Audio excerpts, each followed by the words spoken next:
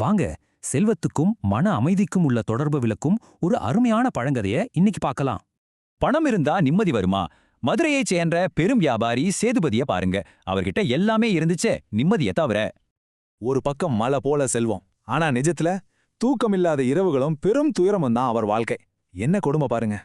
எப்பவும் லாப நஷ்ட கணக்கு, வேலையாட்கள் மேல கோவம், நாளைக்கு என்ன ஆகுமோங்கிற பயம் அவர் ஆரோக்கியத்தையே மெல்ல மெல்ல அழிச்சுது. அப்படி ஒரு நாள் திடீர்னு வந்த கடும் மழையால வழியில இருந்த ஒரு பழைய கோயில்ல அவர் ஒதுங்க வேண்டியதாயிடுச்சு. உள்ளே போனா அங்க ஒரு முதிய சன்னியாசி தியானத்துல இருந்தார். அவர் முகத்துல அப்படி ஒரு அற்புதமான அமைதி, ஆச்சரியமா இருந்துச்சு.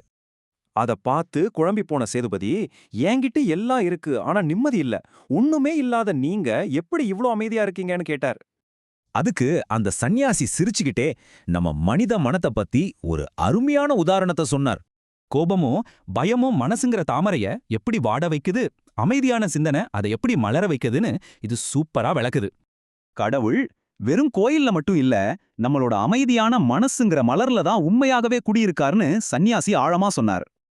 இத கேட்டதும் சேதுபதி தினமும் தியானம் பண்ண ஆரம்பிச்சார். கொஞ்சம் கொஞ்சமா அவர் பயம், கோபம் எல்லாம் விலகி நிம்மதி கிடைச்சுது.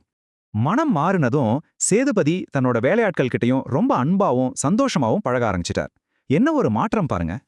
இதுல ஒரு முக்கியமான விஷயம் என்ன தெரியுமா?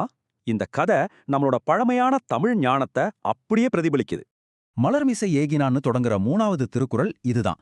மனசுல அமைதியை விதைக்கிறவங்க தான் இந்த உலகத்துல ரொம்ப நாள் நிம்மதியா வாழ்வாங்க.